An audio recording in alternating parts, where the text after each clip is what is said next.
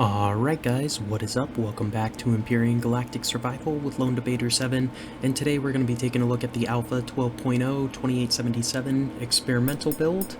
Kind of the idea with this playthrough is we're going to be on the Arid planet this time, so the atmosphere is not actually breathable, so it'll introduce a little bit more challenge to the start just because you have to worry about oxygen from the get-go. So that'll be priority one, getting an oxygen system set up. So basically we need a water generator and we need to get some iron so we can make steel plates. So we're going to try this out with the Arid in the experimental. The experimental update was, I don't know, a little less than a gigabyte when I updated. So pretty big, relatively speaking. I believe it is actually the biggest update they've made to the game since full launch. So pretty exciting. They did add a lot more to the galaxy map, is one of the main things. You can actually leave your starter system has 5 stars within it, right? So you can still warp that. That's pretty similar to the last playthrough we did, or the most recent stable build. But now you can actually leave those 5 stars that are pretty close together and travel to a different set of 5 stars. So there's a lot of randomness, I guess, with each galaxy that gets generated that way. So it should make the game a little bit more interesting as far as you're going to have a lot of different places to go. They also introduced teleporters, I believe, so you can actually build those and put them in your bases and warp. And so there's some interesting changes to the game that I'm looking forward to explore with you in this playthrough, whatever, of Empyrion. And yeah, so before we dive in, I do just want to randomize the seed. Kind of what I do, I go 7 times like that, and that is going to be our seed. So as you can see, now we're going to start on planet Oruma. It's Arid, easy difficulty, 1G, so normal gravity. It does get really hot, 123 degrees C, low radiation, density pretty good, 20% oxygen. It's still not breathable though. So yeah, we're gonna have to worry about oxygen from the get-go. Medium difficulty, and we're just gonna change this name to LB7 experimental. Experimental 12, because they might release new versions that we'll play through. Anyway, so let's go ahead and fly in. So this should be familiar to you if you played Empyrion before. We're going to start in our little escape pod and, yeah, do that whole thing. They did change how detectors work, so now you actually have to hold the item. I'll show you that once we land. Once this loads in, it might take a minute here. But yeah, I'm pretty stoked about this experimental build. I was doing some reading on it. It seems like they added quite a bit of stuff. There's now space combat, so points of interest around the planet will call for help and reinforcements and things, so you have to, kind of plan when you're going to raid, and I don't know. It should be interesting. I'm kind of curious to see how it changes the actual play through, just because it used to be once you hit a capital vessel, you're basically done. I don't know if that's still going to be the case, but we'll find out. I am going to try to aim for these POIs over here, just so we're close to some steel. That, and it also will put us closer to the water, which we're going to want to get to in order to get our water generator set up. So that is the game plan.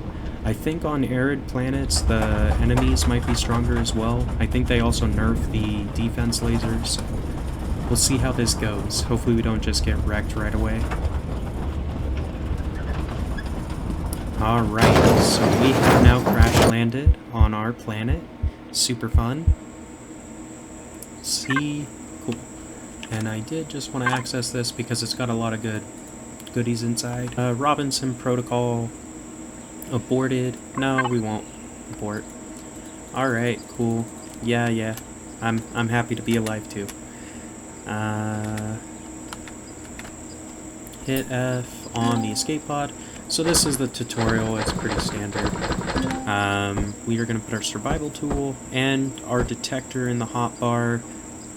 Oh, we've got a condenser. That is actually awesome, because this will make what do you call it? It'll make oxygen. from the air, I believe. So the big change that you'll notice is the detector. It now has to be in your hotbar. It doesn't auto do it, and you left click to activate it, so kind of like you would any other weapon. And you have to be close enough to these things in order to mark them. It's within 300 meters, I believe, so all of these are marked on our map now. So there's a Polaris station here. Ooh, plant fiber, good. Take that. Sure, I'll take some thorns, why not? Get some plant protein, amazing. I think they did debuff food a little bit, like, or at least the basic food, so we might actually need to worry about that a little bit, but... Ooh, radioactive, fun. Cool. Yeah, I don't... Whatever. I'm taking this water, so try to stop me, I guess. Is there anything else? Non-active teleporter. So, some steel, potentially. But anyway, let's take a look at this bad boy. The condenser. So if we put this guy in, and put in a little fuel item here, it'll start running. Now it's on, source quality 19%, it'll produce us small O2 bottles. So this is emergency oxygen. It's useful, like it gives you 35, so it'll replenish you if you're really close to death. This will give you the next size up, so it'll fill this up a lot more, but you can still click it in your hotbar or in your inventory. So in 55 seconds, we will have an oxygen in there. So we're just gonna let that run. While it does, I think I'm gonna get some steel because I know we're gonna want steel. Oh, I can't change the structure. That's lame. Fine. What does this have in it? Is it bearing? No. Okay. Well, I want to wait for this oxygen before I pull this back up. Really, I should just let this chill here, so maybe I will. There's supposedly things off in this direction. Hover bike. Okay, let's see if we can't get to that. Because then we might... I don't know if that's going to be... You repair it and you're good to go, and you've got a hover bike, and it's cheaper than actually building it. Hopefully. That's what I'm hoping for. We will find out, though. So let's run over there and see what happens. But yeah, so this is our arid planet. As you can see, very few trees around, which is good and bad. I mean, we need to be able to get a little bit of wood, I guess. But, you know, I personally don't like the giant forests just because you have to maneuver around them with your vehicles. So it's not always the easiest. We won't have to worry about that here. We do have to worry about oxygen. That's the drawback. So, you know, take the good with the bad. Hopefully this hover bike is something that we can use. I'm hoping. I don't know. Maybe it's like a damaged hover vehicle or something. I'm not too worried about the tutorial. We've already kind of covered that in our other series, but I did want to... Okay.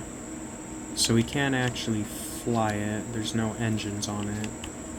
But I'm just looking to see if they've got like a shutter door or something that's hiding a cargo. Well, it does have engines. What's actually wrong with this? Let's take a look at the P menu. No fuel, no ammo. If I was to put in... Ooh, copper. That's useful. Make sure that is marked, because we will need to mine that at some point so we can upgrade our weapons. Because we're going to want to get a weapon pretty quick as well, I think. We'll probably, like, kind of my plan, I want to get some materials put together so we can build kind of like a little crappy base, get our basic constructors built, all of that good stuff, you know, basic playthrough, you know, what you would do. But after that, we really need to get some oxygen set up so we have a reliable source, and then from there, you know, kind of try to get a hover vehicle, small vessel built, and kind of progress. Well guys, this has been the first episode of our new playthrough, the experimental build. I hope you've liked what we've covered so far? If so, please like, comment, subscribe as always, and until next time, this has been LD7, and we will see ya.